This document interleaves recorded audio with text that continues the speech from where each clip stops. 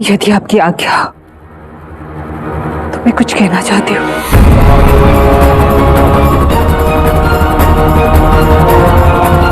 अवश्य रानी धर्मा। मृत्युदंड है।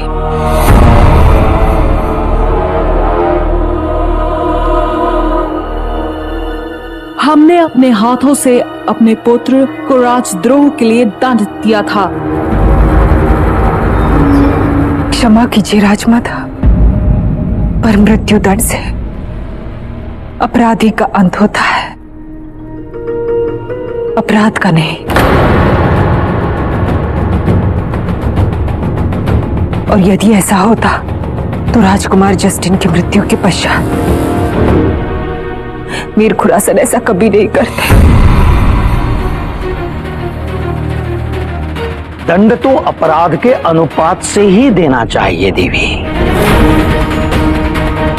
और राजद्रोह एक जघन्य अपराध है जो हम दे नहीं सकते, उसे लेने का भी अधिकार नहीं है हमें।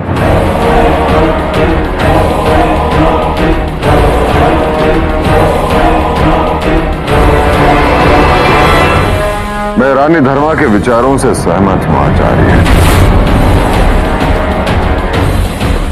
किंतु राजद्रोही को मुक्त नहीं किया जा सकता। मैं मीर को आजीवन कारावास का दंड देता हूं, जिससे उसे स्मरण रहे कि वो जीवित है तो रानी धर्मा के कारण।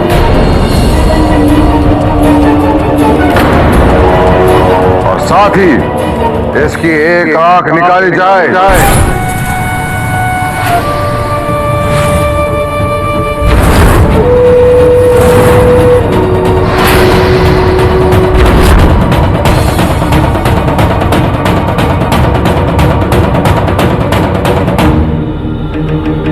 जिससे ये कभी ना भूलेगा कि अपनी पुत्री के प्रेम में अंधा होकर इतना जघन्य अपराध नहीं करना चाहिए। जाओ सर।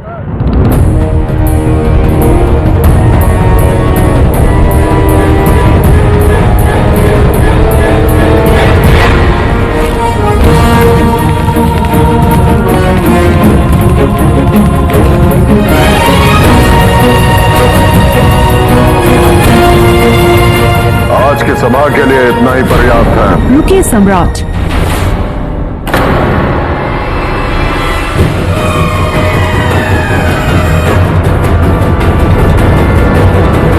हम अपनी बहू और पोते का स्वागत करना चाहते हैं।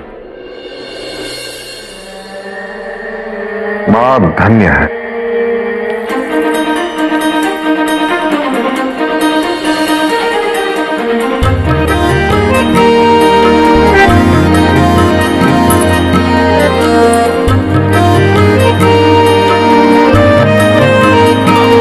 अशोक,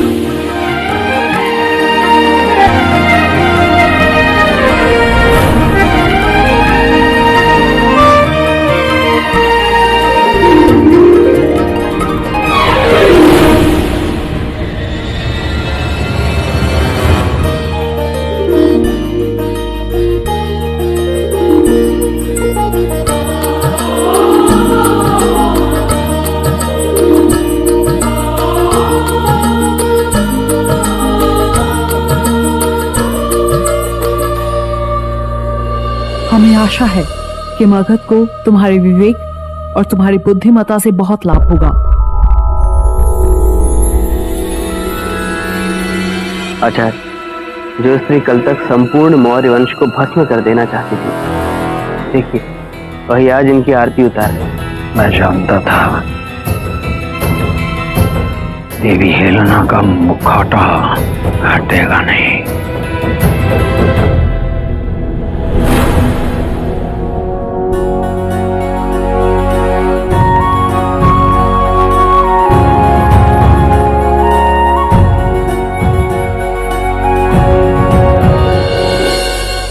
अशोक, तुम्हें आशीर्वाद देने से पूर्व हम अपना एक अपराध स्वीकार करना चाहते हैं।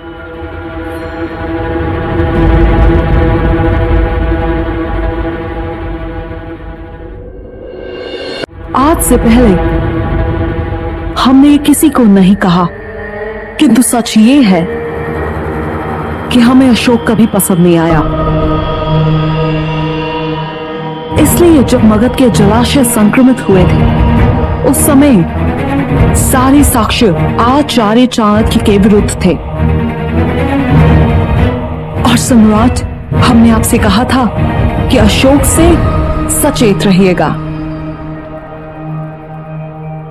उस समय आचार्य चाणक्य की मंशा पर हमें संदेह था। आचार्य सम्राट बिंदुसार को उनके पुत्र के समीप लाने के लिए प्रयासरत थे, पर इस सच से अनभिज्ञ हमें ये भय हुआ कि हमारे तीनों पोतों के स्थान पर कहीं आचार्य चाणक्य फिर से एक साधारण बालक को सिंहासन पर बैठाने की योजना तो नहीं बना रहे हैं।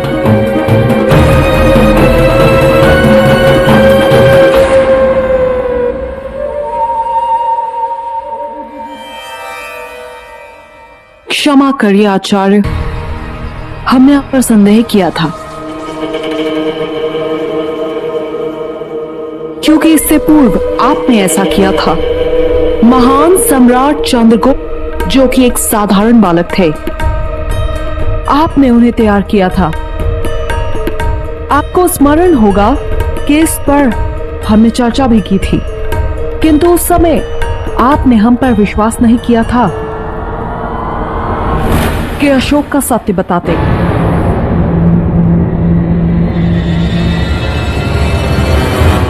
देवी हेलेना, आपने जो कुछ भी किया वो अपने पुत्र के हित के लिए है, और मैंने जो कुछ भी किया वो मगध के और अपनी मातृभूमि के हित के लिए किया।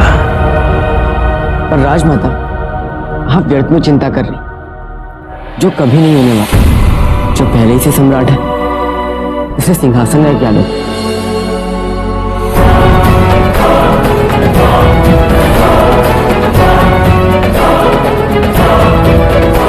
मैं सम्राट वनराज था और सम्राट वनराज बना रहना चाहता हूं।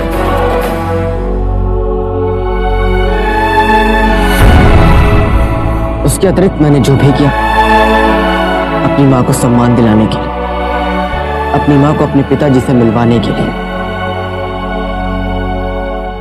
सम्राट के लिए, मगध के लिए। सिंहासन तो मेरा लक्ष्य कभी था ही नहीं।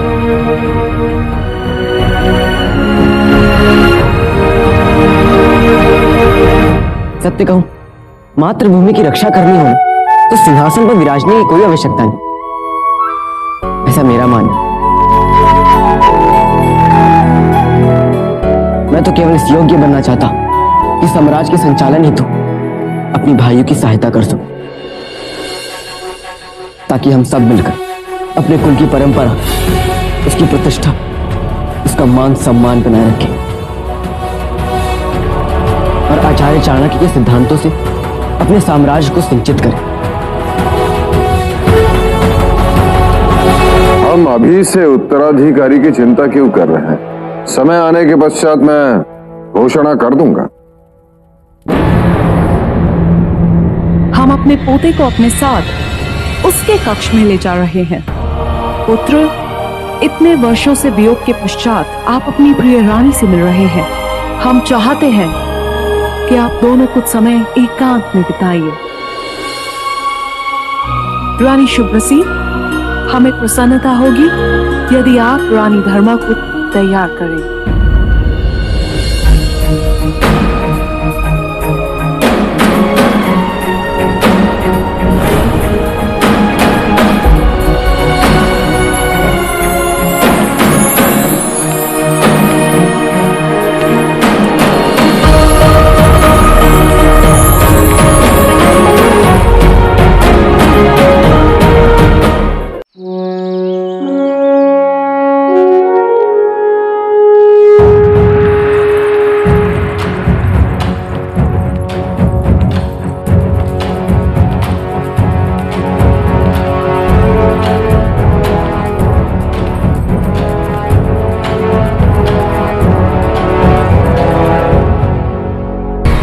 उज्जैनी सैनिकों ने जलाशय में विष मिला दिया था, जिसे ग्रहण करने से उस नंदन को बड़ी समस्या हो। इसलिए हमें सभी सैनिकों को सचेत करना होगा कि कोई भी उस जलाशय से जल ग्रहण न करे। आप जो ये 50 पर्ण दे रही हैं और ये 1 पर्ण जो मैंने अपने परिश्रम से अर्जित किया है, विचित्र है किंतु सत्य है। ये 1 पर्ण का मूल्य आपके इन 50 पर्ण से कई अधिक है।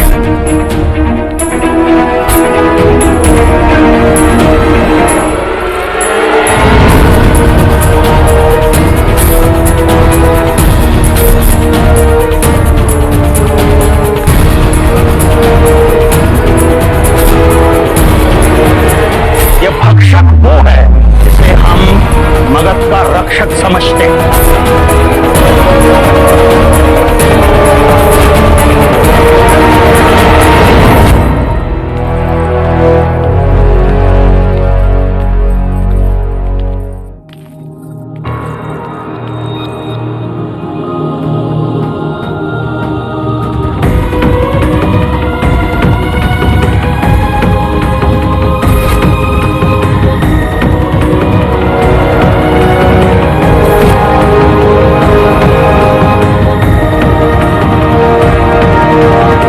भव्य कक्ष किसका है राजमाता?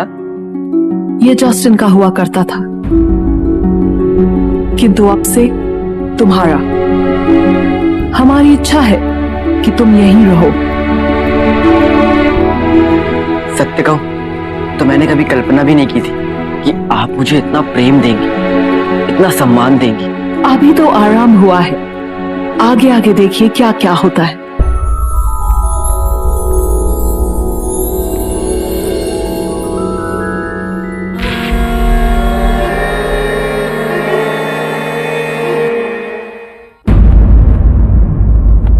तुम्हें पता है हमारी एक मामूली सी सुई भी खो जाए तो हमें कितना बुरा लगता है। तुम्हारे लिए महत्वपूर्ण नहीं होगा किंतु हमारे लिए महत्वपूर्ण है। ढूंढो ठीक से।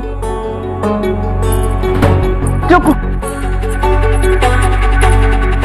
कहाँ गई वो दुशाला? यही तो रखी थी हमने। हमें ध्यान रखना चाहिए। दोष तुम्हारा नहीं, दोष हमारा ही है। हम क्यों दूसरों पर निर्भर रहते हैं? इस लाल वस्त्र के नीचे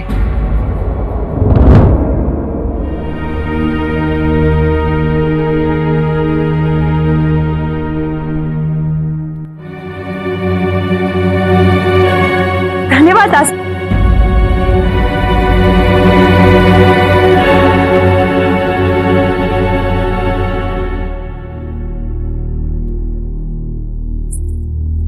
रहने दीजिए, अभी से अभ्यास कर ले तो अच्छा है, क्योंकि झुकने की बारी तो अब हमारी।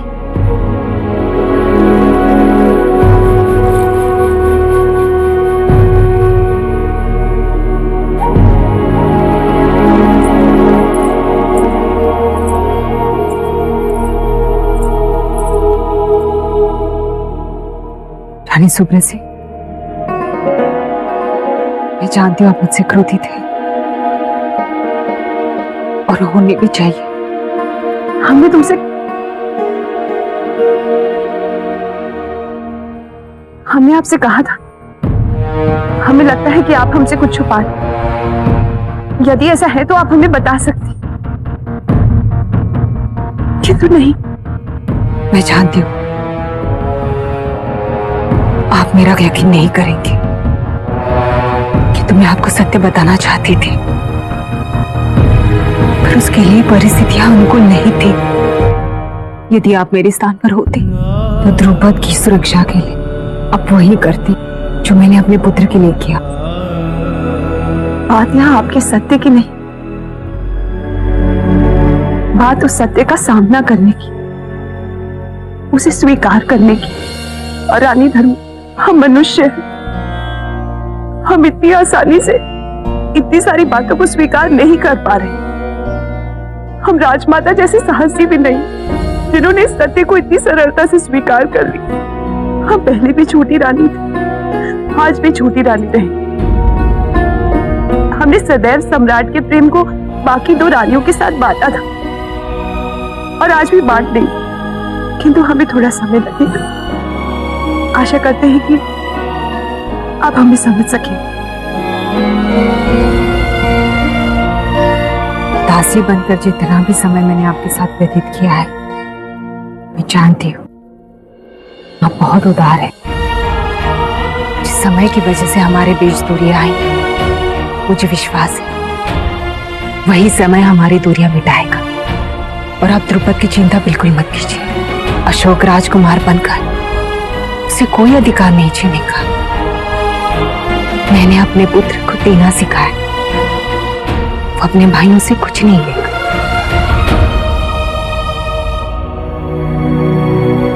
आप अपने आंसू पोंछिए और थोड़ा मुस्कुराइए, क्योंकि अब आपके दुख के दिन समाप्त हो गए। सम्राट ने 14 वर्ष आपकी प्रतीक्षा की और हम नहीं चाहते कि हम अब आपको उनसे एक क्षण और दूर रखें, क्योंकि सम्राट की इस प्रसन्नता में हमारा सुख संपन्न। मुस्कुराइए।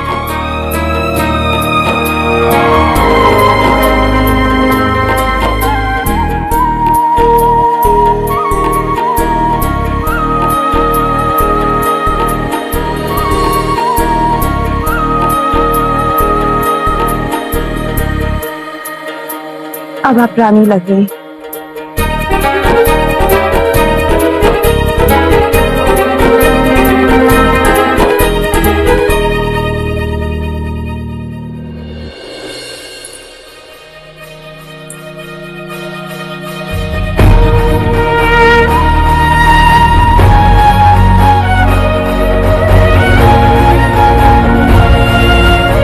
सुंदर, अप्रतिम, 14 वर्ष पूर्व जब तुम्हें अंतिम बार देखा था, लग रहा है समय आज भी वही प्रतीक्षा कर रहा है, कहीं बीता ही नहीं।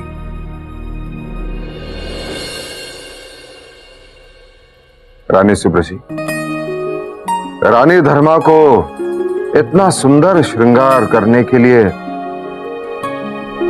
आपका धन्यवाद।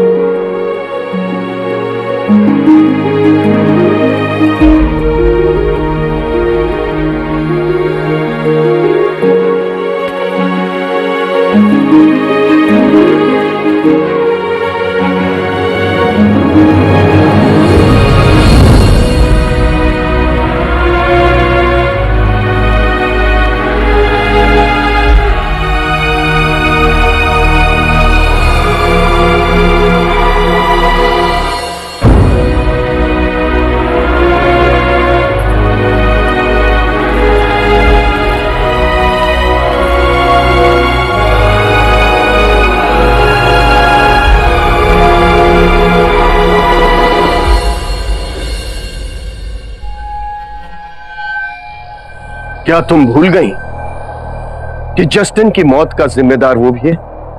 तुमने उसे जस्टिन का कक्ष दे दिया। तुम इतनी मौका परस्त निकलोगी ये कभी हमने सोचा भी नहीं था। आपके प्रस्थान का समय आ गया है। क्यों? चाणक्य से हार मान ली तुमने? सियामक को जो सिंहासन पर बैठने का सपना था उसका परित्याग कर दिया तुमने?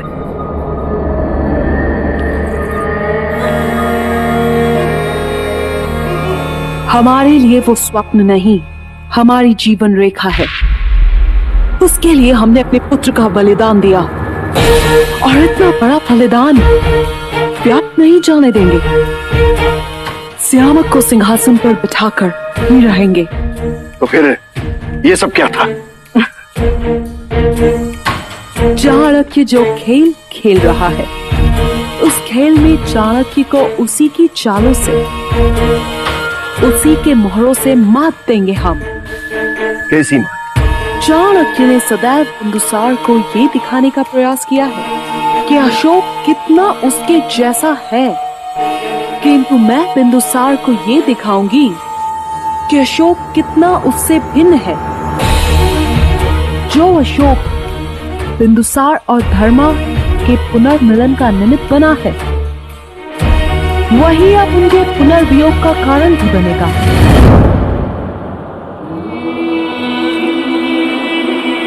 और जहां तक सियामक का प्रश्न है, तो नूर ना अपने प्रेम का और अपने पिता का बलिदान नहीं व्यर्थ होने देगी। इसलिए हम चाहते हैं कि आप मगध से चले जाएं, ताकि चाणक्य आप तक ना पहुंच सके और समय आने पर हमें बाहरी समर्थन प्रदान करें।